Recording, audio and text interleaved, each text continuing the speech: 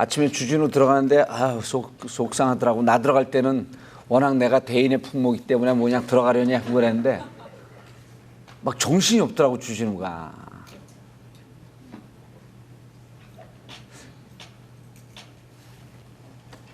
왜 검찰이 구속영장 친 줄 아세요?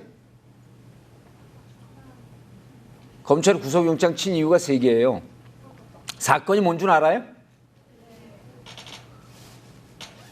박근혜 대통령 오촌 살인 사건이야.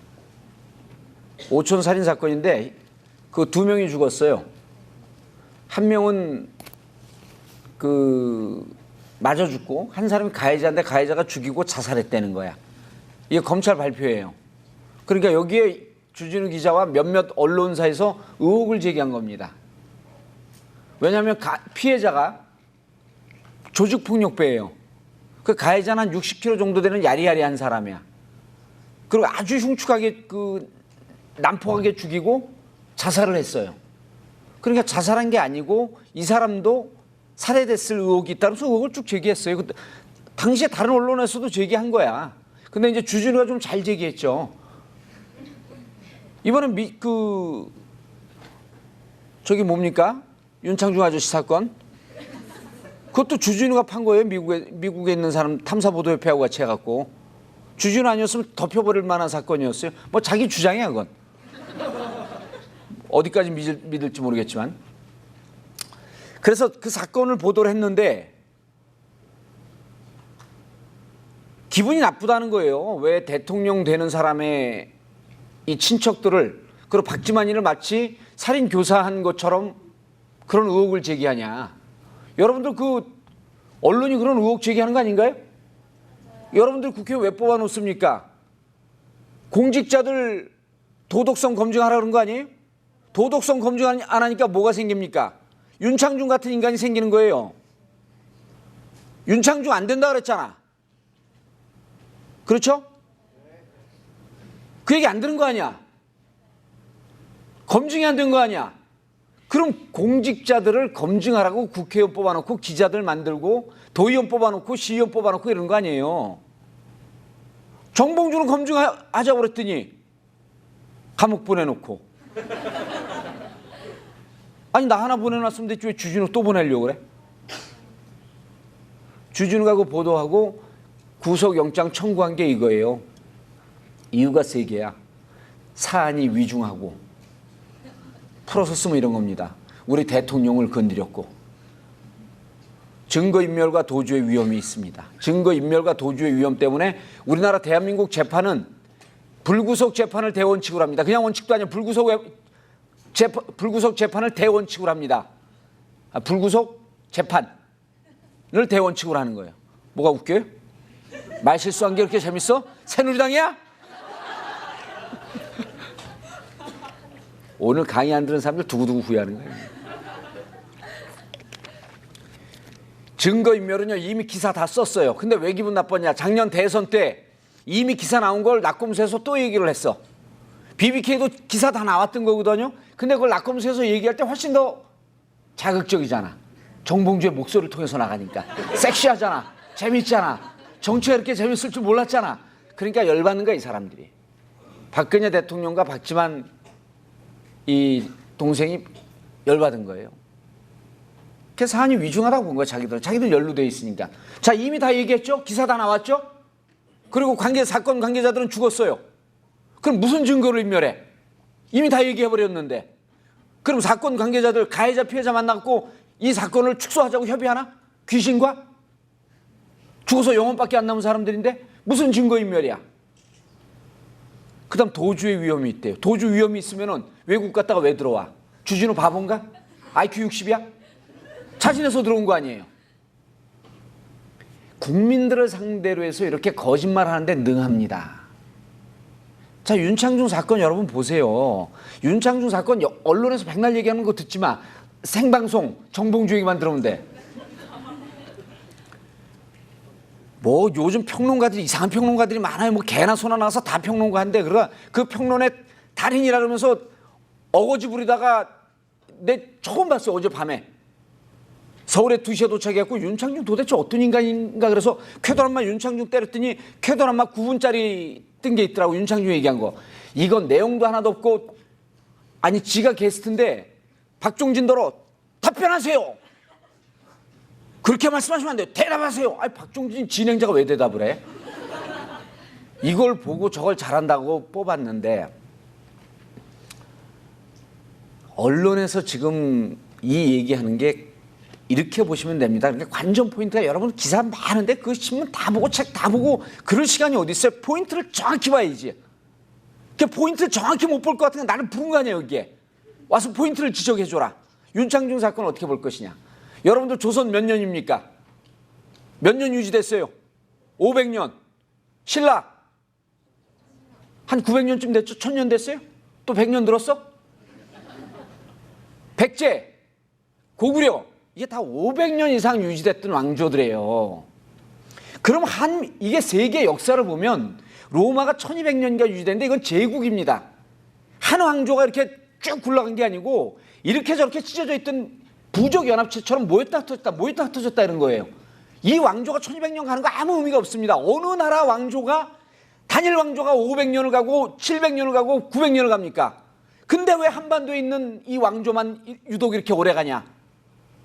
이 조선의 역사와 우리 민족의 역사에 대한 자부심이 있어야 되는 거예요. 그 위대한 역사 속에서 위대한 정치인이 탄생한 거 아니야. 역사가 훌륭하니까 이제 정치인도 훌륭해지는 거지. 그 왜 의자가 다 빨개 근데 여기? 왜 새누리당이야? 아 원래 빨갱이였었나 여기가? 그렇게 유지된 거는 정확하게 하나입니다. 이유가 조선의 역사가 500년을 유지되고 우리 한반도에 있었던 왕조가 이렇게 오래 유지된 이유가 이 땅의 왕과 이 땅의 정권을 유지하고 체제를 유지하고 있었던 사람들이 소통에 능했습니다. 여러분 이런 역사 안 가르쳐 주잖아요. 소통을 아무것도 아닌 것 같은데요. 상소제도가 있잖아요. 상소제도. 예전에 어느 나라든지 유럽의 중세에 보면 왕한테 얘기를 하기가 중건 영주 있잖아요. 그 다음에 왕이 있잖아요. 이게 올라가는 게 왕이 어떻게 생긴지도 몰랐어요. 길 가다가 실제로 왕이 나왔고 나 왕이다 그러면 매 맞아 죽습니다. 거짓말 하지 말라고. 왕이 어떤 사람인지도 몰라요. 근데 우리 그때 민중들은 왕을 압니다. 소통에 능했던 상소제도가 있죠. 그때 그 상소를 뭐로 합니까? 세종대왕께서 한겨를 창제하고 난 이후에도 계속 한문으로 상소를 하잖아요. 그러니까 한문으로 상소하는 사람들에게 언문으로도 상소를 하라 그래갖고 우리말로도 상소를 합니다. 근데 말을 모르는 사람들이 있잖아요. 그 사람들 어떻게 상소를 하죠? 중앙에 와서 신문고를 때리는 거예요. 그럼 신문고를 때리면 지방에 있는 사람은 어떻게 해요? 내 억울한 점을 왕에게 얘기해야 될 거 아니에요. 그래서 왕이 지방을 행차할 때 인터넷 찾아보세요. 격쟁이라고 하는 게 있습니다. 격쟁. 때릴 격자 꽹가리 쟁자인가 그래요. 왕이 가면은 꽹가리를 칩니다. 요즘 여러분들 여기 누구 그 광주시장 오고 대통령 오면 억울하면 뭐해? 피켓팅 하죠? 근데 그때는 꽹가리를 칩니다. 그럼 왕이 도대체 무슨 억울한 사연이냐 들어보자. 심지어는 정조왕은 그래도 이 꽹가리를 칠 시간, 농번기에 꽹가리를 칠 시간이 없기 때문에 1년에 한 번씩 억울한 사람은 다 모여라 그러면서 전국을 돌면서 억울한 사람들 모아서 얘기를 들은 겁니다. 이 상소제도, 신문고제도, 격쟁제도 때문에 소통이 이루어져서 왕에게 할 얘기를 다 하고 국민들과 소통이 이루어져서 이렇게 왕조가 오래 유지가 된 거예요. 그러니까 정권이 유지되고 정권이 국민들에게 사랑을 받기 위해서는 간단합니다. 소통을 해야죠. 윤창중 이번 사건은 무슨 가서 성추행을 하고 어쩌고저쩌고 한데 윤창중 사건의 첫 번째 원인은 정확히 평가해야 됩니다. 소통 부재의 결과죠. 윤창중은 야권에서도 반대했지만 여권에서도 반대했죠. 왜? 저렇게 한쪽으로 치우쳐서 제가 오늘 여기서 말씀드리지만 저는 진보 진영이라고 자부하는 사람들이 많은 곳에 가서 얘기하기 싫습니다. 아 우리끼리 무슨 고스톱 쌈치기 할 일 있어? 여기 나름대로 합리적인 보수라고 하고 중도라고 하고 혹은 나는 절대로 바꾸지 않는 꼴통 보수라고 하는 분들이 앉아 있어야지 얘기가 좀 할 맛이 나는 거죠. 서로 다른 얘기를 듣고 틀리다고 하지 않고 상대방의 얘기를 존중하고 나와 다른 얘기를 하는 사람이 존재하고 있고 그 사람 얘기도 합리성이 있구나라고 하는 걸 받아들이고 소통하면서 발전하는 거 아닙니까? 좌우의 날개로 동시에 있어야지 비행기가 뜨는 거 아니에요? 한쪽 날개를 어떻게 뜹니까? 그 내부에서도 이렇게 한쪽으로 편향된 사람을 쓰면 안 됩니다. 해서 반대를 했는데 그 얘기를 안 들은 거죠. 소통 부재가 이런 결과를 난 겁니다. 여러분 세상은요, 특히 정치는 우연이라고 했지만 받아 적으세요. 이런 거는 우연은 없습니다. 정치 세계에서는 우연을 강조한 필연만이 있을 뿐입니다. 우연인 것처럼 보이지만 그러한 결과는 이미 과정에서 축적되어 오면서 하나의 결과를 잉태하고 있었던 겁니다. 윤창중 사건은요, 이렇게 소통하지 않고 얘기를 듣지 않은 정책 운영의 결과가 윤창중이라는 인물을 만들어낸 거예요. 그 양반 그렇게 문제 많은 줄 몰랐었습니까? 자, 그게 첫 번째죠. 그 다음 두 번째 보세요. 윤창중 사건을 갖고 대통령 사과하는데 사과 받아들여야 됩니다. 이것도 진보 중에서 사과하는데 사과 안 받아들이고 뭐 사과냐 배냐 뭐 이러면서 따지면 안 돼요. 사과할 땐 사과를 받아들이고 사과도 세게 했어요. 잘했습니다. 원래 21세기 리더십은 사과의 리더십입니다. 사과해야 됩니다. 여러분 잘 기억해 보세요. 태안 앞바다에 기름 유출 사건이 있었죠. 유조선 부셔져 갖고 그 유조선이 어디 소속이죠? 삼성 소속 아니에요. 누가 사과해야 되죠? 삼성 이건희가 사과해야죠. 왜? 자기가 잘못 관리하고 잘못 대응한 결과니까. 그 유조선 사고 나면은 유조선 선장이 사과합니까? 유조선 선장을 써서 부실하게 대응한 삼성이 사과하는 거죠. 그런데 이 삼성은 유조선 사건이 터지고 난 다음에 사과하라는 국민들 요구를 묵살하고 50일이 넘은 다음에 근 두 달이 다 돼서 사과를 합니다. 그런데 이것과 대비되는 미국에서 도미노 피자 사건이 있었어요. 도미노 피자는 딜리버리 전문 아니에요? 피자를 배달을 했는데 이건 사람이 먹는 건지 쥐새끼가 먹는 건지 모르게 피자가 엉망진창이야. 그게 전화를 했어요. 전화를 했더니 도미노 피자에서 즉시 보내고 사진을 찍어줘서 우리한테 보내줘라. 그래서 그 사람이 열받아갖고 사진 찍어서 보내고 인터넷에 올렸어요. 인터넷에 올린 사진을 도미노 피자에서 홈페이지에 올립니다. 우리가 이렇게 피자를 잘못 배달했습니다. 그리고 그 다음날 이틀 안 넘기고 도미노 피자 회장이 사과를 해요. 너무 잘못했습니다. 그리고 우리가 이렇게 엉망진창인 피자를 배달했습니다. 피자를 전면 홈페이지에 공개를 해. 그리고 그날서부터 일주일이 채 넘지 않게 여러분들이 잘못된 피자를 받으면 즉시 우리에게 신고해서 홈페이지에 올려주십시오 하면서 피자 잘못 배달한 것을 신고하는 사이트를 만들어 놓습니다. 근데 이 시작은 어디서부터? 사과. 잘못된 것을 사과하고 나의 잘못을 인정할 때 소비자와 국민들은 이 사람의 진정성을 믿어주는 겁니다. 삼성 이건희가 50일 넘어서 사과를 해요. 이 사과를 듣고 태안반도의 어민들이 더 분노합니다. 사과인지 뭔지 몰라요. 어제 그저께 사과는 의미가 있었어요. 그런데 핵심은 이겁니다. 미국 순방을 잘했는데 윤창중이가 사고 쳐서 미국 순방을 망친 게 때문에 대통령이 화를 내면 안 됩니다.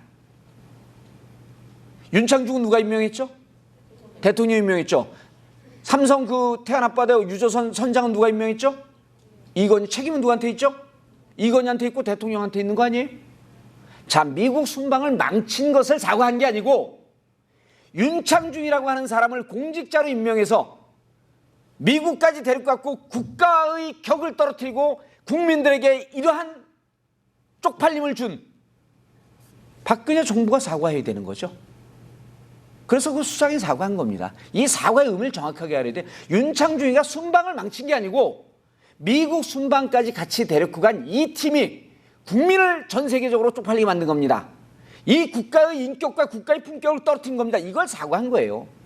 사과는 그렇게 했어요. 잘했습니다. 두 번째 포인트죠. 세 번째는 뭡니까?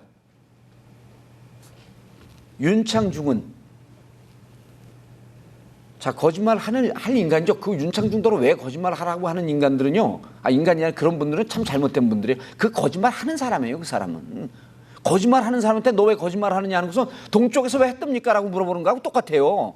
그 인간은 거짓말 하는 인간이야. 그 사람한테 따지면 안 돼. 그 사람 거짓말하면 너는 너의 삶의 정체성에 충실해서 하게 살았다 이래야 돼. 넌 거짓말 해야 할 인간. 아주 훌륭해. 잘했어. 그거 거짓말 하는 게 맞죠. 자, 포인트는 뭡니까? 사고가 났는데 도망 왔어요. 이 도망 온 것을 누가 지시했냐입니다. 증거인멸이죠. 도주죠. 주진우한테 해당하는 게 아니고 누가 증거인멸을 지시했냐입니다. 미국에서도 지금 심각하게 생각하는 게 도피와 도주를 누가 지시했냐입니다. 박근혜 정부가 원칙을 강조하잖아요. 그럼 윤창중 어떻게 했어야죠? 미국에 남아서 조사 받았어야죠. 지금 안 했잖아요. 그럼 어떻게 해야죠 이제? 윤창중을 전공법으로 내보내야죠. 그게 우리 국민들이 입은 수치의 일부분이라도 메꿀 수 있는 겁니다. 그래서 이 사건의 시작은 정확히 보십시오. 앞으로도 윤창중 대단한 인물 아니에요? 2008년 5월을 생각해 보세요, 여러분. 4월 5월을 생각해 보세요. 기억 안 나요? 기억 안 납니까? 2008년 이명박 되고 4월 5월에 뭘 했죠? 소고기, 광우병 소고기 수입받는데 촛불 시위를 했잖아요. 그 한 2달 동안. 그때 위력보다도 더 위력적이야. 그때 위력보다 더 심각하게 이 박근혜 정권을 공격하고 있어. 윤창중 한 명이 촛불보다 세요. 이야, 이런 어마어마한 인물이 있어요. 이건 엄청난 사건입니다. 왜? 그때 이명박 대통령이 촛불 시위를 불러일으킨 것도 소통의 부재여서 시작했습니다. 지금 이 사건도 소통의 부재입니다. 그러면 우리가 타산지석으로 이명박 정권의 5년을 보면 앞으로 이 박근혜 정권이 우리는 성공하길 바라는데 박근혜 개인이 성공하는 게 아닙니다. 박근혜 대통령 정부가 성공을 해야지 국민들의 행복해지고 여러분들 등록금 낮춰주고 그러는 거예요. 일자리 생기고.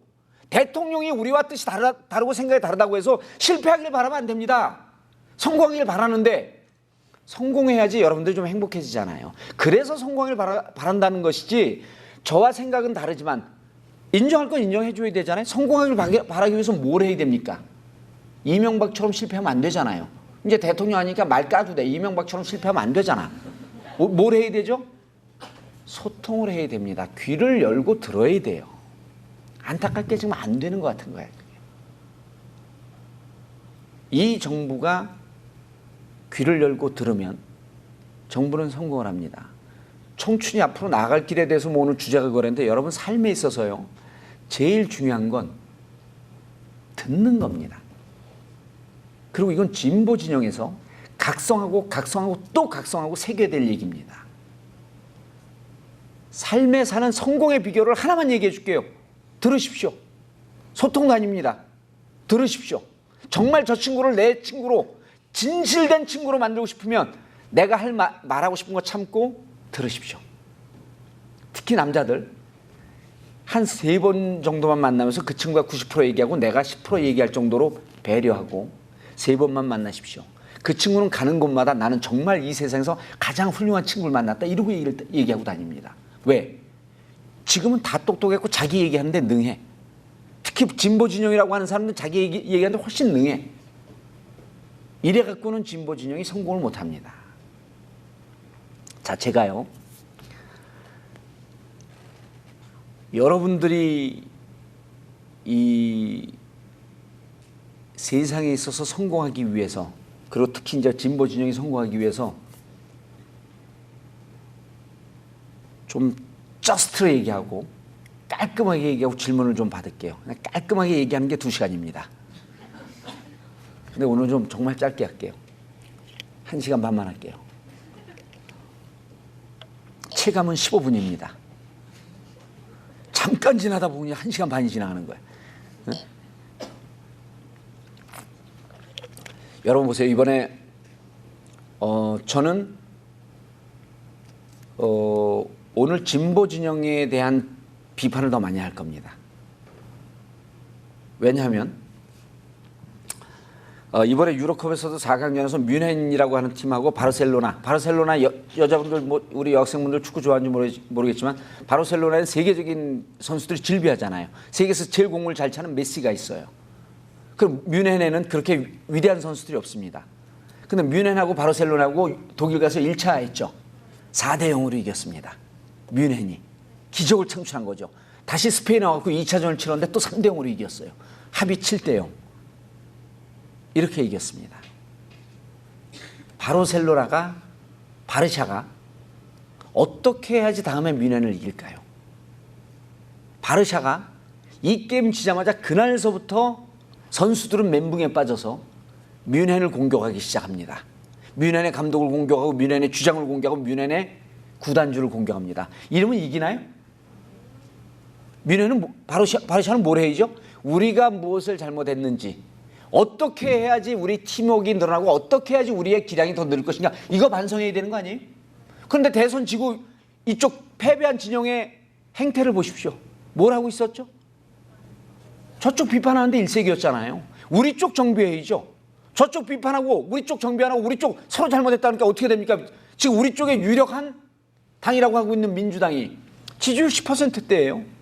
새누리당 40% 육박하고 있고, 나를 반성하지 않으면 이길 수가 없어요. 여러분, 삶에 있어서 가장 철칙입니다. 내가 반성하지 않으면 성공할 수 없습니다. 그런데 이번에 박근혜 정권 탄생을 좀 역사적으로 봐줄 필요가 있어요. 여러분 혹시 노론이라고 잘 아시나요? 노론? 예, 우리나라를 이렇게 망친 게 노론입니다. 노론이에요. 노론은 노론의 뿌리는 그 선조 임진왜란서부터 시작하는데 이런 거예요. 지금 우리 권력 구조가, 우리 사회 구조가 1대 99 아닙니까? 1대 99에 1%의 권력자가 99%를 지배하고 있는 사회입니다. 점점 더 심해지죠. 0.1%의 재벌이 전체 재산의 90% 이상을 소유하는 사회 아니에요? 100대 대기업이 갖고 있는 재산이 우리나라 전체 재산의 90%가 넘어가는 정말 막장 사회 아니에요, 이 정도면? 근데 이 뿌리가 어제 오늘 시작된 게 아니고 좀 더 강화되고 약화되고 이랬을 뿐이지, 이 뿌리가 언제부터 시작되냐 하면 사실은 조선시대의 노론 때부터 시작합니다. 그때의 4대부 권력이 1%의 권력이 99%를 유지하고 있었던, 그게 오늘날까지 내려오고 있는 거예요. 그래서 그 권력의 구조 속과 이 흐름 속에서 왜 박정희야? 박근혜 대통령의 탄생을 봐야 됩니다. 여러분, 노론은요, 조선 4대부를 장악하고 있었던 사색 당파의 4대부의 핵심입니다. 노론이요. 이 노론이 영조 정조 때, 그러니까 정조대왕의 아버지가 누구죠? 사도세자예요. 제가 중간에 물어볼 때 고개 숙이지 마세요. 답변을 요구하는 거 아닙니다. 답변을 요구하는 줄 알고 고개 숙여. 절대 안 물어봅니다. 나 혼자 물어보는 거야. 정조대왕의 아버지가 누구죠? 사도세자. 노론이 죽였습니다. 노론이 모함을 해갖고 죽인 거예요. 그런데 이 정조대왕 아니에요. 영조대왕 아니에요. 근데 정말 역사를 정통 민중적 관점에서 보는 사람은 대왕이라고 안 그럽니다. 왜냐하면 그때 영조, 정조가 이 4대부를 깰 수 있는 힘이 있었어요. 이걸 못 깼습니다. 자기 아버지를 죽인 노론의 세력을 뿌리를 못 뽑았어요. 이 4대부 권력을 깨고 나머지 세력들과 국민들이 이 사회의 주인이 되는 이 구조 시스템을 만들도록 노력을 했어야죠. 영조, 정조 때 조선 후기에 엄청난 부흥이 왔을 때 아니에요. 이때 이 권력 구조를 만들어야 됐었는데 실패했습니다. 김대중 노무현 대통령 때 사회 시스템과 구조를 완전히 바꿔놓으려고 노력했어야 되는데 실패했습니다. 왜? 너무 힘이 약했기 때문에. 자, 노론의 막내가요, 역사 얘기하면 재미없죠. 근데 요 정도쯤 역사 알면 역사학자들보다 많이 하는 겁니다. 그러니까 여러분들도 요 정도만 아세요. 노론의 막내가 누구냐 하면 여러분들이 잘 아는 이완용입니다. 이제 요 이름 아는 사람 나오니까 팍 꽂히잖아요. 노론의 막내가 이완용입니다. 근데 이완용이를 노론의 막내로 이 4대부 권력 구조를 끝내려고 노력을 했어야 되는데, 이완용이를 동학농민혁명도 있었고 뭐 갑신개혁도 있었고 이랬는데 못 끊었잖아요. 민중의 힘이 약했던 거죠. 정의가 한 번도 이겨본 적이 없습니다. 대한민국 역사에서는. 자, 노론의 막내 이완용이 다시 새로운 사회가 열리는데 새로운 사회의 장남이 됩니다. 무슨 새로운 사회죠? 이완용이 무슨 사회를 열었어요? 친일 사회를 열은 거죠. 친일파의 장남이 이완용입니다. 이 친일파의 막내가 이승만으로 끝났으면, 이승만으로 끝나려고 하는 역사적 움직임이 있었잖아요. 4.19 혁명. 4.19 혁명의 묘안이라고 한 것은 친일파를 끝내지 못하고 사회구조를 다시 시스템을 개혁시켜서 국민들의 주인이 돼서 민의가 수용이 되고 민의가 수렴이 될 수 있는 이 구조를 못 만들고 이완용으로, 이승만으로 끝난 것이 아니고 이승만 뒤를 이어서 4.19 혁명을 짓밟고 또 누가 들어왔어요? 이승만 다음에 누굽니까? 박정희 대통령이 들어오면서 박정희 대통령이 친일파의 막내가 된 겁니다. 이승만이 되지 않고 하나가 더 연장이 된 거예요. 이 박정희 대통령으로 친일파가 끝낼 수 있는 힘이 도저히 없었던 거죠. 18년을 유지하고 있었으니까. 근데 이 박정희 대통령은 또 무슨 시대의 장남이 됐어요? 독재 시대의 장남이 된 겁니다. 얼마나 역사가 간단해요. 이 얘기를 왜 하냐면 대한민국 역사에서는 영종조 시대 때도 유럽에서 르네상스 문예 부흥이 시작이 되면서 휴머니즘, 인간 중심의 사회가 만들어지고 자본주의가 시작이 되면서 자본주의와 시작과 동시에 또 인간이 중심이 되는 협동조합도 같이 고개를 들고, 이때는 유럽에서는 모든 것에 앞서서 사람 중심의 사회가 만들어지기 시작합니다. 18세기에. 그때부터 이 사람들은 어떠한 상황에서도 사람이 소외되는, 어떠한 상황에서도 다수가 짓밟히는 이러한 사회를 이미 깨버립니다. 그래서 유럽의 사회민주주의 복지국가가 만들어지는 거예요. 그래서 유럽 가갖고 정의는 이길 것입니까? 물어보면 정의는 항상 이기죠 그래요. 정의가 이기는 사회. 대한민국에서 정의가 이깁니까? 투표 열심히 해갖고 투표를 올라가면 이 사회에서 정의가 이깁니까? 그럼 사람들이 고개를 절레절레 졌죠. 그러니까 청춘이 희망이 없는 겁니다. 이 사회에서 정의가 이기는 사회를 만들기 위해서는 이런 역사 구조 속에서 잘못된 흐름을 끊어줘야 되는 거예요. 박정희 대통령이 독재시대의 장남이 됐잖아요. 이 독재시대의 막내가 김영삼으로 끝이 나는 줄 알았던 거예요, 우리가. 그 김영삼 다음에 김대중 노무현 대통령 들어왔잖아요. 김대중 노무현 대통령이 들어오면서 제가 두 분의 업적을 비판하려고 그런 것이 아니고 조금 더 사회 시스템을 개편해놨다고 한다면 아마 정권이 계속 유지될 수 있는, 자, 사회 시스템이라고 하는 것은 이런 겁니다. 김대중 노무현 대통령 때 이른바 여러분들의 뇌 구조를 바꾸고 국민들의 뇌를 조작하고 있었던 조중동을 정론으로 만약 바꿀 수 있는 노력을 했으면, 언론을 잡을 수 있었으면, 검찰을 제대로 잡을 수 있었으면 상황이 이렇게 왔을까요? 이게 사회 시스템의 개혁이죠. 사회 구조적 개혁은요, 언론 개혁과 30년 뒤의 결과를 보는 교육 개혁, 이게 시작입니다. 그리고 여기에서 언론을 잡게 되면 그 다음 검찰 개혁 쉬워져요. 국세청 개혁 쉬워집니다. 그리고 나머지에 이어지는 경제개혁, 경제민주화 이런 건 줄줄이 갑니다. 이걸 못하는 이유가 하려고 그럴 때 이른바 조중동이라고 하고 보수의 80%의 전 국민의 80% 지지를 받고 있는 조중동이 택도 없는 것 같고 비판하면서 힘을 잃어버리는 거예요. 김대중 대통령 뭐 했습니까? 세무감사 들어왔잖아요. 한 번 하고 말았어요. 노무현 대통령 조중동하고 싸운다고 싸웠지만 싸웠습니까? 계속 진 거죠. 이럴 때 사회를 시스템적으로 개혁해서 제대로 갈 수 있는 구조를 만들어놨으면, 그래서 진보 진영이 한 20, 30년 정도 갔으면 이 사회 경제 민주화라든지 여러분 등록금 문제라든지 지금 부동산 문제라든지 지금 이 부의 양극화 문제라든지 이런 걸 해결할 수 있는 사회 시스템을 만들어 놓는 거죠. 유럽의 핀란드라고 하는 나라는요, 사회 구조를 딱 만들어 놓고 이 사회 구조가 독재성을 갖고 있는 사람 혹은 히틀러와 같은 사람이 혹시 나와서 이것을 사회를 다시 바꿀까봐 법을 어떻게 만들어 놓냐면 국회의원 3분의 2 이상의 찬성이 있을 때 개정할 수 있게끔 못 바꾸게 딱 만들어 놓습니다. 여러분 과반수 원칙이 민주주의 원칙 같잖아요. 3분의 2 원칙을 하고 있는 핀란드 같은 경우는 그러면 민주주의 아닌 것 같잖아요. 그게 아니죠. 이 시스템을 지키려고 하는 피나는 노력들이 있어 왔기 때문에 유럽에서는 정의가 이길 수 있는 300년 구조가 만들어진 겁니다. 자, 우리는요, 한 번도 노론 이후에 김대중 노무현 대통령 때 빼놓고 김대중 노무현 대통령 때는 자기 아버지를 죽였던, 노론을 치지 못했던 정조의 운명과 비슷한 운명을 지낸 겁니다. 이때도 시스템을 만들지 못했던 거죠. 여러분 시스템 하니까 그럼 언론을 어떻게 잡을 거냐. 이렇게 복잡하게 생각하지 마세요. 제가 시스템 하나만 간단하게 말씀드릴게요. 투표율 낮잖아요. 투표율 낮죠? 그런데 이번에 50대 아저씨, 아주머니, 형, 오빠들 90% 투표했잖아요. 저도 50대예요. 55세야 제가. 그런 것만 갖고 놀래? 강의 갖고는 안 놀래고. 근데 이분들 90% 투표했어요. 20대, 30대 각성시키고 교육시키려고 하는 사회적 노력 없잖아요. 20대, 30대 투표를 높이려고 하는 노력 안 하잖아요. 만약에 그때 그런 안이 나왔었는데 한번 생각해 보세요. 사회개혁 간단합니다. 투표하지 않는 사람들 혹은 투표한 사람에 대해서 인센티브를 주고 투표하지 않은 사람에 대해서 징벌적 과세를 한다면 투표율 올라갈까요? 당연히 올라가겠죠. 그 다음에요.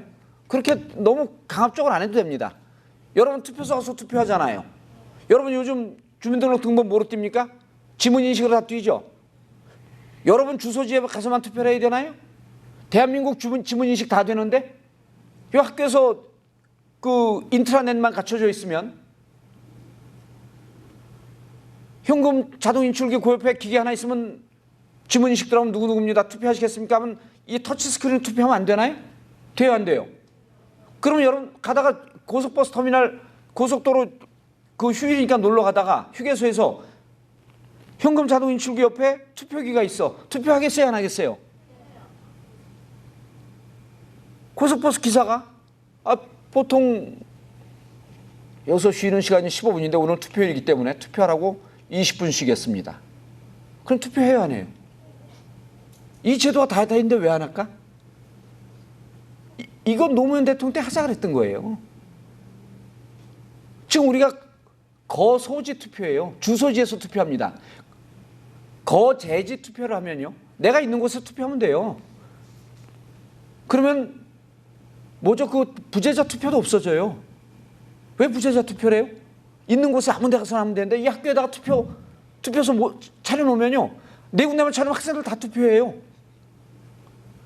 한 200~300명 이상 직원들이 있는 데다가 그거 설치해 놓으면요. 다 해요. 그럼 뭐 해킹의 위험성이 있다? 인터넷 연결 안 하고 인터넷 연결하면 해킹 못 해요. 그 투표할 수 있죠. 이게 시스템 개혁 아닌가요? 한 발 더 나가 볼까요? 앱 있잖아요, 앱. 본인 확인. 인증할 수 있는, 지문 인식할 수 있는 앱이 이미 10년 전, 12년 전에 만들어졌습니다. 근데 그걸 안 쓰고 있어요. 핸드폰에 다운받아서, 애플 다운받아서 거기서 지문 인식해서 투표하면 되잖아요. 아니 뭐 시스템 개혁이 그렇게 어려워요? 이런 투표를 몇 프로 됩니까? 90% 넘어가요. 근데 이 정권을 잡고 있는 사람들은 선거관리위원회가 아니라 선거방해위원회 아니에요. 투표율이 높아지는 건 민주주의의 적이다. 이거를 이러한 시스템의 개혁을 간단한 시스템의 개혁이지만 이런 언론을 정비하고 검찰을 정비하고 이렇게까지 안 나갔더라도 이런 투표 방식만이라도 바꿔놨으면 그리고도 투표 안 하는 사람들에게는 이제는 징벌적 과세할 수 있죠. 투표 안 하면 3만 원 벌금 낸다고 보세요. 다 합니다. 사회 시스템 개혁이라고 하는 건 사실 이렇게 간단한 거죠. 이런 시스템을 개혁해놓고 사회의 구조적인 질서를 바꾸려고 할 때 정의가 이기는 사회가 만들어지는 겁니다. 자, 김대중 노무현 대통령 때 피상적인 개혁을 했지만 시스템 개혁에 실패했기 때문에 다시 이 박근혜 대통령은 18% 내지 22% 정도의 박정희 대통령에 대해서 맹목적 애정을 갖고 있는, 제가 지금 경북 봉화에 살잖아요. 아직도 박정희 대통령이 대통령인 줄 아는 사람들이 한 20% 된답니다. 이번에 박 대통령 됐다니까 박 대통령이 나갔다가 다시 들어온 줄 아는 사람들도 있어요.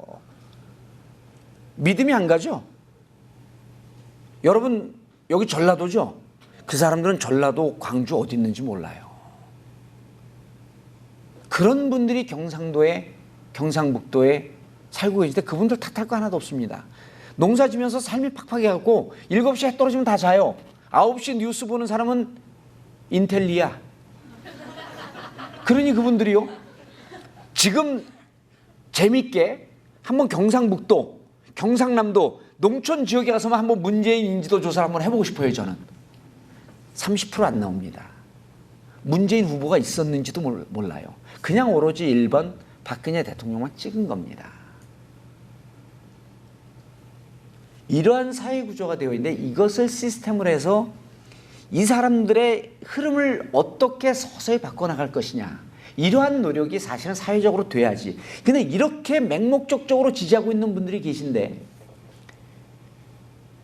이 독재 정권의 막내가 김영삼으로 끝나려고 하다 연장됐고 박근혜 대통령까지 온 겁니다. 그러니까 박근혜 대통령이 된 건 노론의 역사로부터, 이 새누리당 역사로부터, 노론에서부터 친일파로, 친일파에서 독재의 세력으로 넘어오면서 300년 동안을 대한민국의 정의가 이길 수 없는 그런 구조가 만들어진 겁니다. 여러분, 그냥 이 사회에서 박근혜 대통령이 이긴 게 아니고요. 이 구조를 저는 박근혜 대통령께서 정말 이렇게 0.1대 99.9%의 사회로 가면 이제는 IT 공화국처럼 됩니다. 여러분, IT 알죠? IT가 지진 때문에 다 폭삭 망한 줄 알았는데 IT가 지진 때문에 망한 사회가 아니에요. IT가요, 극심한 양극화 사회죠. 그래서 제가 이제 경북 봉화에 가서도 그걸 하려고 봉화에 갔는데, IT는 이렇게 해서 망했습니다. 여러분들 여기 도농복합단지인데 좀 관심을 가지세요. IT는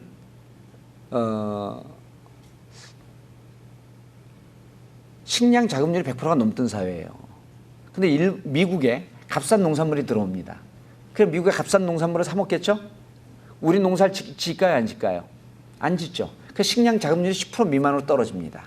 그러니까 아이들이 그러고 난 다음 무슨 일이 발생이 돼요? 미국산 농산물이 비싸지기 시작하죠. 우리나라 지금 똑같습니다. 어제 뉴스 보니까 돼지 굶기고 있대요. 왜? 돼지 사료값이 뛰어서. 돼지 사료 곡물로 하는 거거든요. 우리 곡물 생산하는 데가 없어지니까 돼지 사료가 없어진 거예요.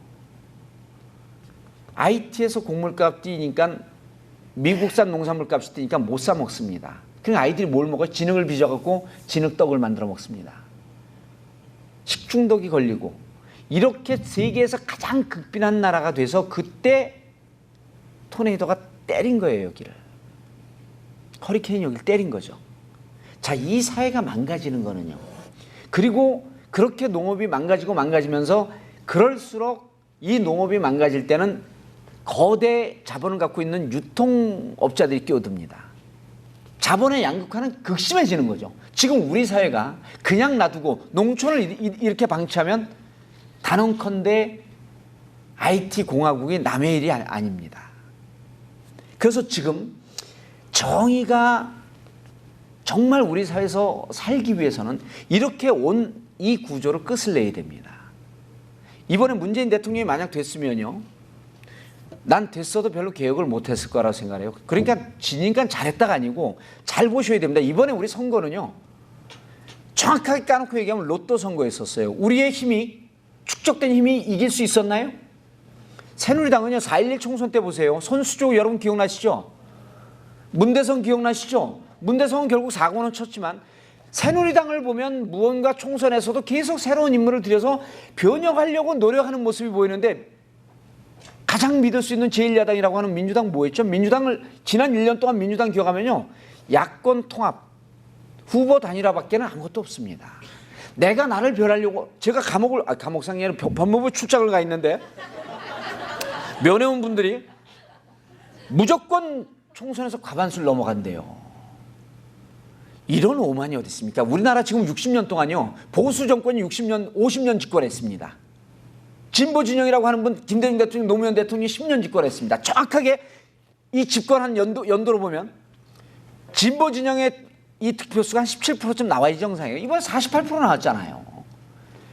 총선에서 무조건 과반수가 넘는데요. 왜? 이명박이 잘못했기 때문에. 박근혜 대통령이 고정적으로 20% 지지를 갖고 있어요. 무조건 이긴대요. 그리고 우리를 바꾸려고 노력하지 않아요. 총선 끝나고 나니까 오히려 잘 됐대요. 총선 때 새누리당이 과반을 밀어줬기 때문에 이제는 견제 심리로 문재인을 찍는다는 거예요. 그럼 이쪽 진영에서 이기려고 하는 노력했나요? 노력한 게 사실 없습니다. 서로 이긴다고 생각하고, 제가 윤여준 장관을 만났잖아요. 갔다 와서 이제 이런저런 분들 개인적으로 만나 식사하는데 윤여준 장관이 당회를 딱 3번 와봤대요. 그래서 자기는 질 거다 이렇게 봤다는 겁니다. 왜 질 거라? 내가 고생했다고 그랬습니다. 고생했습니다 그랬더니 왜 고생했어요? 그래서 제가 당을 누구보다도 잘 아는데 이런 민주당과 대선을 치른 장관님 참 고생 많이 하셨습니다. 제가 민주당 정확히 합니다. 그랬더니 자기가 아는 것과 이해하는 것과 아마 똑같을 것 같습니다. 3번 당을 왔는데 이미 샴페인 터트리고 있더래요. 이미 이겼다 우리. 제가 장담컨대요. 제가 기존의 정치인들하고 바라보는 포인트가 틀리잖아요. 비전이 틀려요. 이런 걸 지도자라고 하는 거 아니에요. 문재인 대통령이 이기는 얘기만 했지 문재인 대통령이 5년 뒤에 성공한 대통령이 됐을까? 라고 물어보는 정치인은 아무도 없었습니다. 여러분 문재인 대통령 됐으면 성공했을까요? 전 성공 못했을 것 같아요. 일단 국회가 저쪽으로 넘어가 있잖아요. 언론 넘어가 있죠. 우리 사회 구조 보면요. 여러분들 20대 30대니까 그나마 우리 얘기 들어주는 사람 좀 있죠. 이 사회의 물적 토대 80% 이상은 다 보수 진영이 가지고 있습니다. 그들의 반대를 뚫고 나가서 싸워야 됩니다. 그러려면 국회 정도 잡고 있어야 되거든요. 국회 과반수 잡고 있었던 노무현 대통령도 그렇게 힘들게 정권을 유지했잖아요. 이게 쉽지 않았던 일이었겠죠. 그런데 만약에 이겨서 5년 지난 결과가 성공하지 못한 정치인으로 대통령으로 끝났다면 무슨 비판을 받을까요? 조중동 언론으로부터 보수 언론으로부터 보수 세력으로부터 진보는 역시 무능해. 이런 비판을 받으면 영원히 향후 10년, 20년, 30년 동안 우리가 다시 정권을 잡기가 대단히 좀 어려운 상황이 되지 않았을까라고 하는 생각을 자조적으로 좀 해본 겁니다. 그럼 이제는요. 이렇게 하자는 겁니다. 5년 뒤에 이기나요? 전 정말 궁금해요. 5년 뒤에 이기나요? 모르죠. 제가 또 혹시 복권이 돼갖고 이마저마하면 또 모르지만 5년 뒤에 이기나요? 아니 5년 뒤에 이번엔 저 갖고 울분을 토하는 사람들은 5년 뒤에 꼭 이길 줄 알아. 이기나요? 전 승산 없다고 봐요. 10년 뒤에 이기나요? 여전히 이 사회의 물적 토대를 보고는 저쪽이 완전히 위대한 각하처럼 똥볼을 찾지 않고는 이기기가 힘든 조건입니다. 그럼 이제 우리가 해야 할 일이 나오는 거예요. 뭐를 해야 되냐? 우리 진영이 선거에 이기고 지고라고 하는 것에 포인트를 맞추지 말고 내년 지방선거 있고 그 다음 해 국회의원 선거 있고 대통령 선거인데 이 정치적 시기에 포인트를 꽂지 말고 서서히 우리의 실력과 우리의 조직된 힘을 늘려나가는 노력을 하는 것이 맞다. 이게 우리가 가야 할 길입니다. 방법을 알려드릴게요. 여러분 청춘은 무엇을 할 것인가 다 대비하면 여기 적용이 됩니다. 보세요. 진보와 보수가 이렇게 나뉘어져 있는 나라가 별로 없습니다.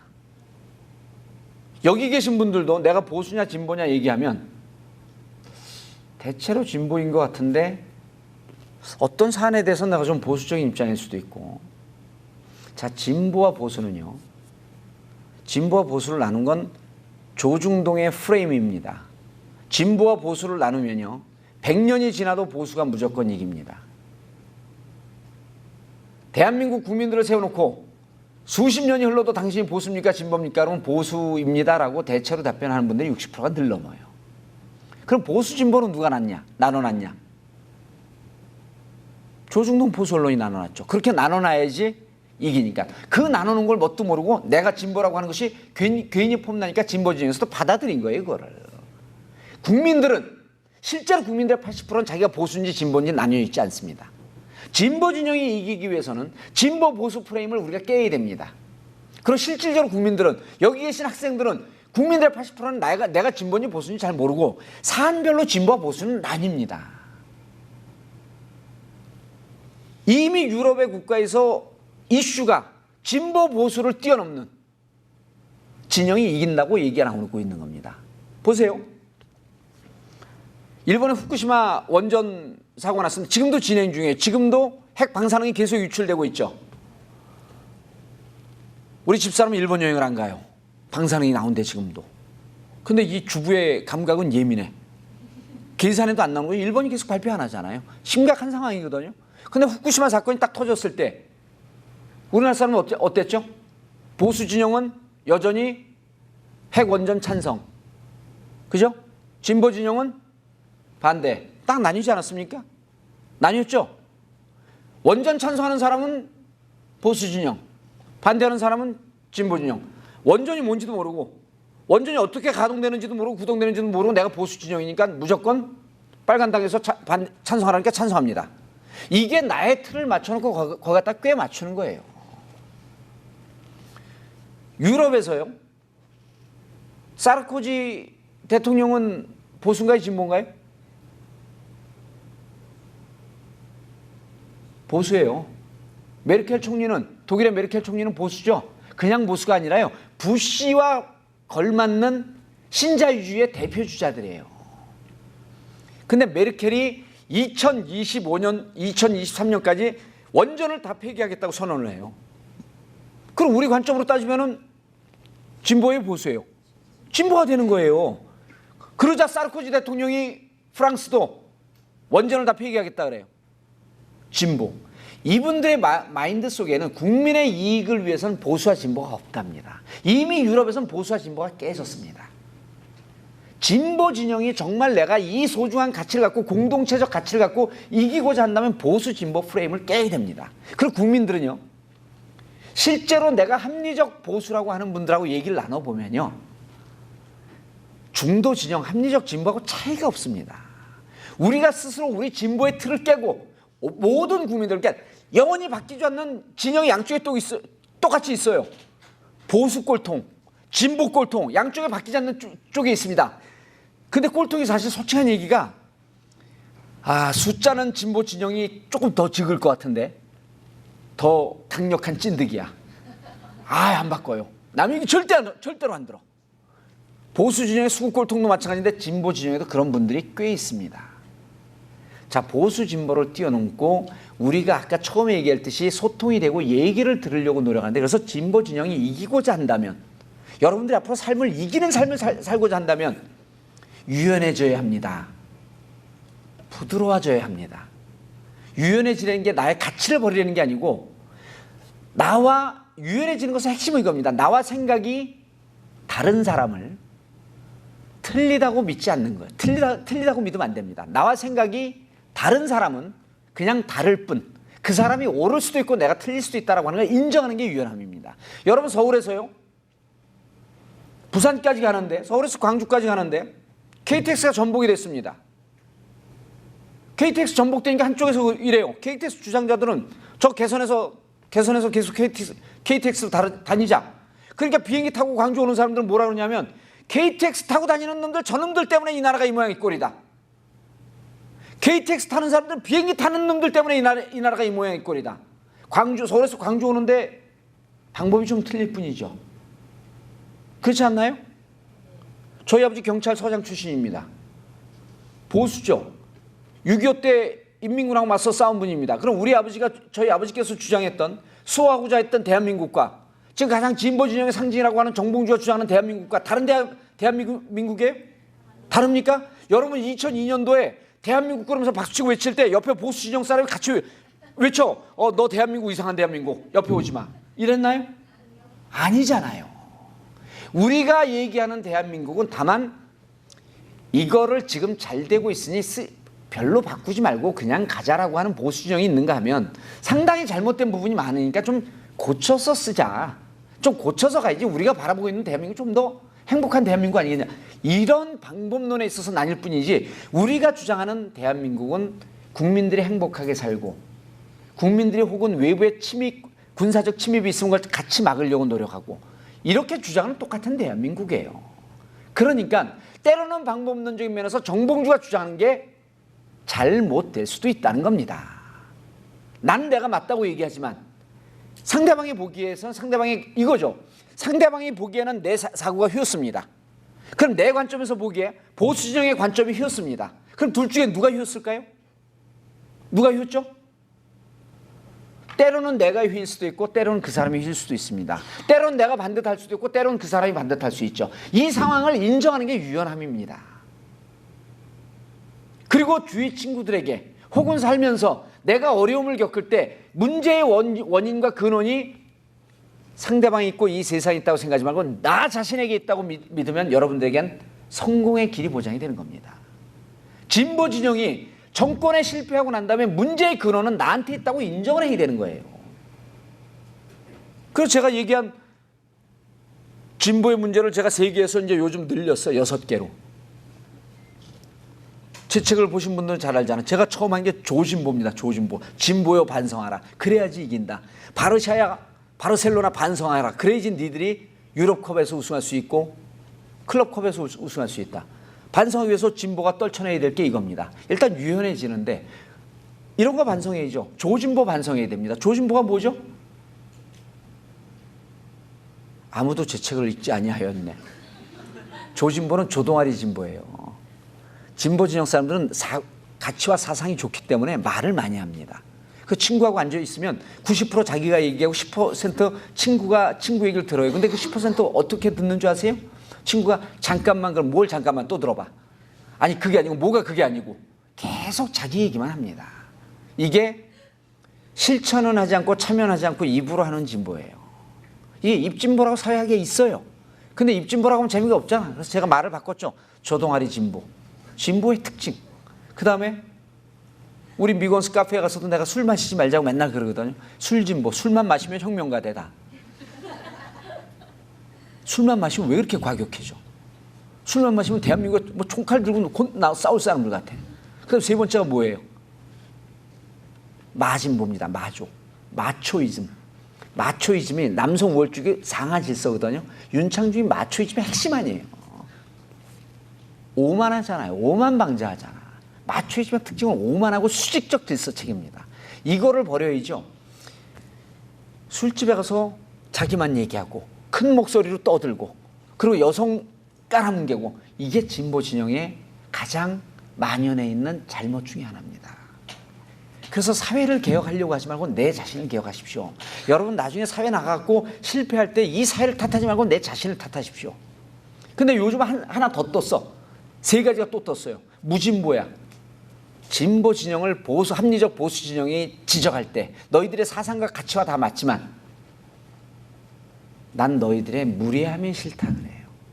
참 무례하다 그래. 근데 제가 보기에는요. 그래서 우리 진보 진영이 예의 바름이 있다는 걸 좀 보여줘야 됩니다. 예의 발라야 됩니다. 어쨌든 대한민국 유교질서 사회거든요. 이거를 벗어날 수가 없어요. 그 다음에 꼴진보가 있어. 꼴진보. 아까 얘기했죠. 꼴통진보. 끝까지 안 바뀝니다. 사회를 개혁하려고 하면 자기 먼저 개혁돼야죠. 그 다음 마지막에 뭐가 있냐면 제가 주장하는 가장 큰 것 중에 하나인데 걸진보가 있어요. 걸진보. 아직도 독립군인 줄 알아요. 독립군은 옷도 제대로 못 입고 밥도 제대로 못 입고 물이 없으니까 세수도 못 하잖아요. 그 걸뱅이처럼 하고 다니면서 진보를 노냐 얘기해. 여러분들 진보가 성공하기 위해서는요. 진보 진영에 활동하시는 분들이 20대, 10대, 30대 로망이 돼야 됩니다. 진보 진영 활동하는 사람은 옷도 잘 입고 멋있고 정봉주 보니까 간지나고 간지 진보입니다. 간지 진보니까 또 어디 가고 보수 진영 사람들이 당신 진보 진영에서 왜 일본말을 쓰냐요. 그런다가 왜 일본말이냐. 일본말은 다 대한민국 우리말이다. 왜? 일본이 우리 땅이니까. 일본어과 학생들 없어요? 일본어과 학생이요? 일본어과 학생 없어요? 일본말 우리나라 말 맞아요. 여러분 일본어 중에서 일본어 부전공도 없어요? 있어요? 쿠다라나이가 무슨 뜻인지 아세요? 쿠다라나이. 나만 아니까 막 내 맘대로 얘기해야지. 쿠다라나이는 재미없다, 쓸모없다, 형편없다 이런 뜻이에요. 근데 쿠다라가 한자로 쓰면 뭔 줄 아세요? 백제입니다. 백제예요, 한자로 쓰면. 그 나이는 없다 아니에요. 나이는 부정어거든요. 쿠다라나이면 백제가 없어진다는 얘기예요. 혹은 백제스럽지 않다는 거예요. 백제스럽지 않은 것은 재미없고 희망이 없고 삶의 의미가 없어지는 겁니다. 그 백제가 없어지는 걸 그렇게 한탄한 나라인데 우리 백제 속국 우리 땅 아니에요? 그래 간지진보 우리나라 말이지. 궤변인가?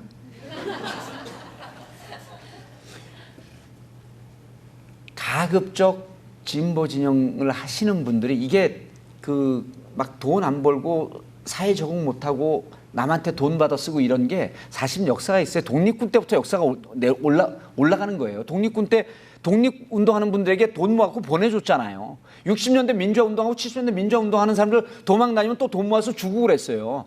이건 그때 상황이죠. 주진우 들어가면 안 되는데. 정봉주 들어갔을 때 영치금으로 들어갔고 이렇게 이리저리 한 게 모금된 게 1억이 넘게 모금을 했어요. 얼마나 고마운 분들이. 이건 상황이 필요할 때 하는 거지 왜 평상시에 자기가 돈 안 벌고 사회 적응 안 하고 그러면서 사람들 주위에서 잘 살고 있는 사람들 다니면서 손 벌리고 돈 쓰냐 말이야. 그리고 머리 안 감고 철학자처럼 하는 게 진보의 로망인 줄 알고. 그거 아니에요. 외모를 새누리당처럼 하려는 거야. 저처럼. 자기들이 그러잖아요. 저더러 새누리당 강남 갑을 지역위원장 같대. 이런 게 아무것도 아닌 것 같지만 사실 세대가 변했고 세월이 변했고 시절이 변했기 때문에 좀 폼나고 싶어 하는 겁니다. 가난한 지역의 10평대, 13평대 아파트 지역에서 왜 새누리당 득표율이 더 나옵니까? 득표율이 왜 더 높습니까? 득표율이 훨씬 높아요. 이건 뭐냐면 내 현재의 계급적 투표는 민주당이 해야 되지만 내 현재 나를 위해서 복지 문제라든지 아동보육 문제라든지 무상급식 문제라든지 이런 것 때문에 민주당에 투표해야지 내가 더 도움이 되지만 사람들은 자기의 계급으로 투표하지 않고 로망으로 투표하는 경향이 과반수가 넘습니다. 난 저렇게 되고 싶은 거예요. 폼나게 살고 싶고 부자로 살고 싶고 잘 먹고 잘 살고 싶고 이게 리더십의 원천이에요. 여러분 동막골 보세요. 뭐 어려운 책 보지 마세요. 동막골 영화 보시면 촌장한테 묻지 않습니까? 인민군 대자가 도대체 이 리더십은 어디서 나왔습니까? 그러니까 그저 인민은 잘 먹여야 됩니다. 잘 먹고 잘 사는 것은 공자님도 막을 수 없었던 인간의 욕망이에요. 공자가 뭐라면 부자로 살고 싶어하는 것은 인간의 기본 욕망이니 막을 수가 없다 그럽니다. 이런 거예요. 20대에서 교육도 잘못되어 있지만 점점 더 새누리당 지지라 보수 진영의 지지가 높아가는 게 잘 사는 것처럼 착각을 하는 거예요. 이런 질문을 하죠. 부정과 타협하면서 조금 부정스럽게 살고 조금 거짓스럽게 살면서 당신 에쿠스 타고 다닐 거냐? 아니면 정의롭고 정직하게 살면서 티코 타고 다닐 거냐? 20대 여기 우리 진보 진영에 한번 물어봅시다. 90%가 에쿠스 타고 다닌다 그럽니다. 그러지 않겠어요? 살짝만 거짓말하면 되는데. 우리가 이제 비전을 줘야죠. 정직하게 살면서 벤츠 타고 다니자. 왜 구스에 벤츠 타면 안 돼?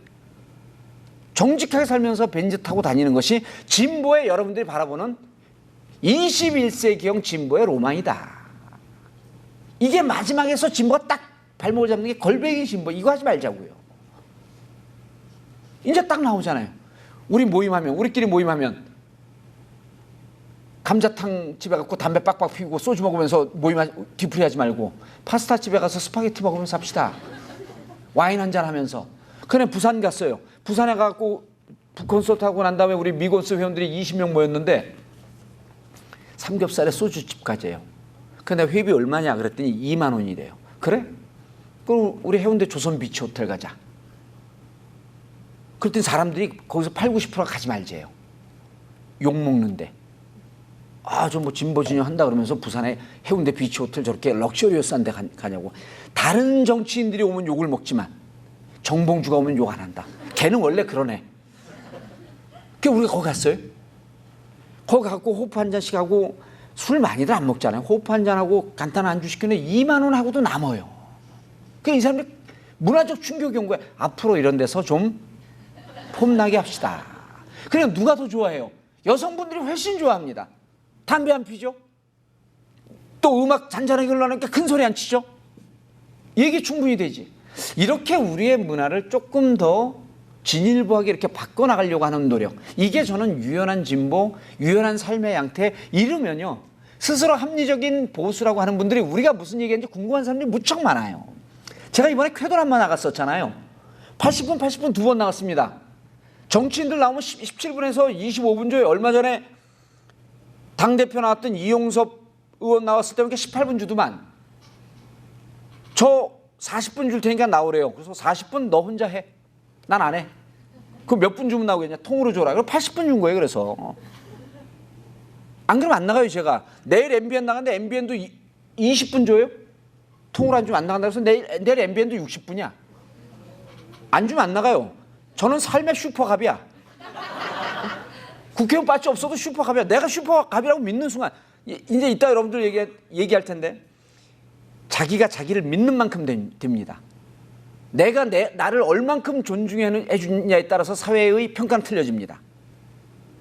자기가 자기를 바라보는 눈이 곧 사회가 바라보는 눈이에요. 정봉주는요 슈퍼갑이에요. 방송에서 안 나갑니다. 지금 종편하고 출연료 협상하고 있어요. 신동엽 수준으로 줘라 아니면 안 나간다. 신동엽보다 제가 못한 건 키 작은 거밖에 없어요. 몸도 신동엽보다 좋아. 머리도 좋아. 구라도 세. 외모도 돼. 어쩌라고. 정치적으로도 알아. 걔는 정치 모르잖아요. 제 폴리테이너. 처음 들어봐요 폴리테이너? 여러분들이 믿는 대로 가는데 그래서 거기 쾌도남마 나갔잖아요. 쾌도남마 나갔더니 박종진 앵커가 이제 비하인드 스토리는 딱 시작하기 전에 형님 거기가 나보다 6살 아래예요. 7살 아래 7살. 박종진 앵커가 액면가는 좀 더 들어 보이죠. 포장지가 좀 상했어. 이거 다 녹음되는 거죠? 나중에 박종진한테 보내줘. 박종진 많이 요즘 정봉주하고 토크하면서 많이 인간이 훌륭해졌어. 형님 라디오 80분하고 TV 80분 틀립니다. 딱 그 공포감을 주더라고. 그래서 내가 그래? 열심히 할게. 그럼 내숭을 빡 깔았죠. 그럴 때 끝날 때쯤 되니까 클로징 멘트를 줘야 되는데 이 친구가 안 주는 거야. 다음에 또 나오라고. 그래갖고 그 다음 주에 거기 낚여갖고 그 다음 주에 또 나간 거예요. 80분. 이번에 시간 바꾸면서 지금 80분 나오라고 날마다 전화 와요. 날마다는 좀 뻥이고 2, 3일에 한 번씩. 근데 두 번째 나갔을 때 제가 전화번호를 공개했잖아요. 전화번호를 공개했어요. 국회의원 2004년도 국회의원 될 때부터 명함에 핸드폰 번호를 받고 다닌 최초의 정치인 당군이래. 소통은 다른 게 아니에요. 내 전화번호 노출하고 공개하면 다 전화 올 것 같죠? 우리 미건수 의원님지만 전화번호 다 알아요. 오늘 인터넷 지금 검색해 보세요. 정봉주 핸드폰 번호는 다 뜹니다. 인터넷 검색이 돼요. 그래도 전화 많이 안 오는데 쾌도남마에 오픈했더니 다른 데서 10,000건이라 그러는데 나중에 세보니까 약간 좀 뻥이 심했고 한 3,000 몇백 건 정도가 여러분들 보세요. 문자와 전화 앞에서 3,000 몇백 건이 와요. 근데 제가 방송에서 3번인가 4번 얘기해. 전화하지 마십시오. 전화하면 못 받습니다. 문자하십시오. 근데 반 이상이 전화래요. 왜 그랬을까? 왜 그랬을까? 문자를 보낼 줄을 몰라요. 여러분 문자 못 보내는 거 이상하잖아요. 근데 여러분들은 지난 대선 기간 동안에 우리는 이긴다 그러면서 어디서 싸웠어요? 트윗에서. 전 국민의 70% 이상이 트윗을 어떻게 하는지 페이스북 어떻게 하는지 모릅니다. 실제로 가입된 수가 2천만 된다 어쩐다 그래도 딸이 가입해준 어르신들 안 합니다고. 30-40%의 사람들이 거기 뭉쳐서 우리들만의 필드를 만들어 놓고 우리가 여기서 이기니까 다 이긴 줄 아는 거죠. 심지어는 도울 선생님도 거기에서 이회 선생님도 거기서 하면서 이긴 줄 안 거예요. 그런데 막상 전화번호를 노출시켜 보니까 반이 전화를 해요. 문자를 보낼 줄 모르는 거야. 그나마 문자를 보낸 분들의 한 20-30%가 띄어쓰기를 안 해. 60대 70대. 이 문화적 충격에 빠져 있어요 제가. 그런데 그래갖고 지금 DB를 만들어 놓은 게 1,600개를 만들었어. 처음엔 막 이 핸드폰이 렉이 걸리니까 다 지워버렸죠. 1,600개를 DB를 만들어 놨는데 한 60-70%가 나는 보수 진영입니다. 난 낙곰수 때문에 여러분들 낙곰수 좋아하지만 낙곰수 때문에 당신을 정말 이상한 놈, 정말 빨간 놈 이렇게 알았습니다. 그런데 2번 낙곰수를 보고 내 생각을 바꿨습니다. 이 2가지 충격이 온 거예요. 아니 이렇게 우리가 보수 진보의 사이에 골이 깊은데 사상이라는 게 이렇게 쉽게 바뀔 수 있을까? 그래서 내린 결론이 보수 진보라고 하는 것은 정치인들이 나눴을 뿐이지 실질적으로 국민들 사이에서는 합리적 진보, 합리적 보수는 60, 70%가 별 격 없이 왔다 갔다 하더라. 이 기피는 정치인들이 만들어 놓은 거에 불과하더라. 그 다음 두 번째, 이분들이 실질적으로 이 사회에서 60대 70대라고 하는 분들이 빨갱이라고 하고 좌파라고 하는 부분들에 대해서 이해가 너무 없더라. 그래서 제가 그걸 보고 의원들한테 종편 나가십시오 그런 거예요. 근데 그 의원들이 얘기를 듣지 않고 손석희가 얘기를 들은 거야. 손석희한테 얘기 안 했어요. 지 혼자 간 거지 그냥. 실질적으로 여러분들이 생각하는 것 너무나 위험하게 보고 너무나 이상한 사람들을 보고 있는 게 여실히 드러나는 거예요. 이렇게 소통을 안 하고 있었으니 그분들이 우리를 어떻게 낙곰수라고 하면 이 60대 70대 50대 60대 70대에서 낙곰수라고 하면요 웬 괴물놈이 나타난 줄 알아요. 진절머리를 쳐요. 거기서 또 욕까지 해야 되잖아요. 어른들 욕하는 거 정말 싫어하거든요. 여성분들 욕하는 거 정말 싫어하거든요. 전 욕하지 말자 그랬어요. 근데 뭐 시원하다고 하자 그러는 사람들이 있었으니까 그럼 너희들끼리 해라. 전 욕 딱 한 번 했습니다. 욕을 이렇게 했노라고 소개한 거에 불과한 거지 저는. 거기 가서 욕하면 우리 집사람이 이혼하자 그랬어요. 욕하면 나 당신 방송에서 욕하면 나 당신하고 안 산다. 그 정도로 욕하는 걸 싫어해요. 근데 우리가 좋아한다 그래서 이 싫어하는 사람이 60, 70%쯤 되면 하지 말았어야 될 거예요. 어쨌든 낙곰수라는 사람들을 그렇게 이상한 사람으로 봤는데 이 사회가 한편으로 보면 사상이 깊지 않고 한편으로 보면 생각이 단절돼서 소통의 흐름이 없었던 겁니다. 그러면 아쉬운 게 누구죠? 저쪽은 권력을 잡고 있잖아. 아쉬운 게 누구죠? 아쉬운 게 우리 아니에요. 그럼 우리가 먼저 우리를 바꾸면 되는 겁니다. 저는요,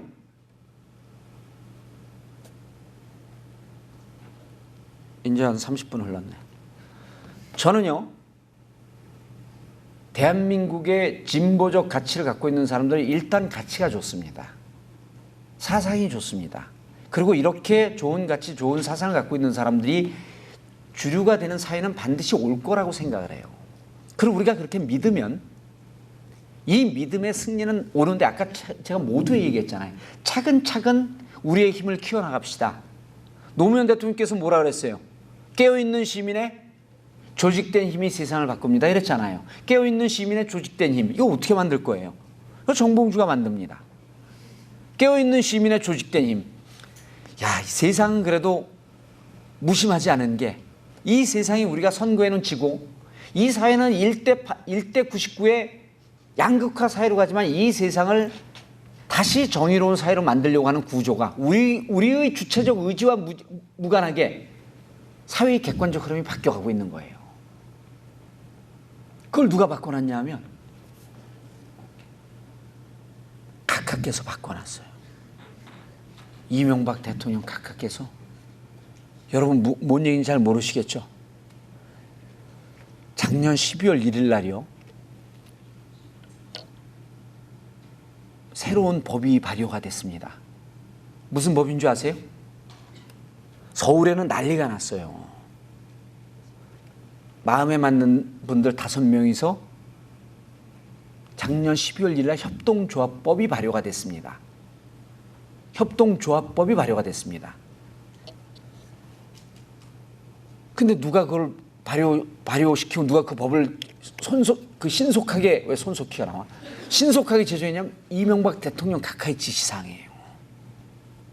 그럼 왜 그 법을 요즘 2대1이나 변모식이 이런 사람들 칼럼 쓰는 거 보세요. 협동조합법을 뭐라 그러냐면 협동조합을 빙자한 빨갱이 사회가 오고 있다 이래요. 협동조합의 핵심은 이겁니다. 국민들을 씨줄 날줄로 조직하고 교육하고 또 교육하라. 여기서 많이 듣던 얘기 아니에요. 조직하고 교육하라. 조직된 시민의, 깨어있는 시민의 조직된 힘. 깨어있는 시민은 교육으로 이루어지잖아요. 조직된 힘. 노무현 대통령이 주장한 걸 이명박 대통령 임기 말기에 실현해버렸어. 이런 놀라울 일이 있어요? 이게 그럼 무슨 이명박을 우리가 저쪽으로 보낸 스파인가? 이명박 대통령이 이 법을 통과시킨 데는 딱 2가지 이유가 있습니다. 첫 번째 이유는 몰라서. 근데 작년이 무슨 해예요? 작년이 협동조합의 해입니다. 왜 협동조합의 해가 된지 아세요? 2008년, 2009년에 세계 금융위기가 왔을 때 세계 금융위기를 맞이하지 않고 살아난 나라의 특징을 봤습니다. 그때 북유럽 국가가 많아요. 이 나라의 특징이 협동조합이 경제의 30-40% 이상을 다 장악하고 있는 사회가 금융위기를 맞이하지 않았다는 유엔의 결론이 나와서 자본주의의 대안, 금융위기를 맞이하는 자본주의의 대안이 협동조합이다라고 하는 것을 2009년도에 깨닫고 부랴부랴 만든 게 2012년 협동조합의 해입니다. 이명박 대통령은 뭣도 모르고 협동조합이 뭔지도 모르고, 그런데 전 세계 경제 규모 12위인 국가가 협동조합 기본법이 없어요. 기존에 있던 농업협동조합, 축산업협동조합 이런 거요, 협동조합 특별법 8개를 갖고 운영되던 겁니다. 협동조합 기본법이 없어요. 12위 경제대국 협동조합 기본법이 없어? 이걸 통과시킨 거예요. 왜? 비판받기 싫으니까. 두 번째 이유예요. 처음엔 몰라서, 두 번째는 비판받기 싫어서. 성과 위주. 이명박 대통령이 어마어마한 법을 통과시키는 겁니다. 이제 여러분들이 이렇게 어렵게 모이지 않고 평상시에 5명이 뜻 맞는 사람들끼리 협동조합 만들자면 이분들이 커지고 교육협동조합도 만들어집니다. 서울시에 가면 포스터가 온천지에 깔려 있어요. 뜻 맞는 사람 5명에서 협동조합을 만들 수 있습니다. 국민을 조직하는 겁니다. 국민을 엮습니다. 제가 지금 시작한 게 봉화에서 정봉주가 시작했다서 봉봉협동조합이에요. 아우, 이름도 재밌어. 그죠? 근데 봉봉이 불어오는 굿아니에요, 굿. 도시 좋고 농촌 좋고입니다. 도시 좋고 농촌 좋고 봉봉협동조합. 이 협동조합이요, 누가 들어오냐면 도시의 중산층이 있는 주부들이 많이 들어옵니다. 농촌 도시 집권은 주부들이 들어와요. 근데 이분들이 80-90%가 다 보수적인 색채야. 왜? 나 혼자 잘 먹고 잘 살기 위한 사람들이 좋은 농산물을 사기 위해서 거기 들어옵니다. 근데 협동조합의 특징은요, 나 혼자 잘 먹고 잘 사는 게 아닙니다. 우리가 잘 먹고 잘 사는 거죠.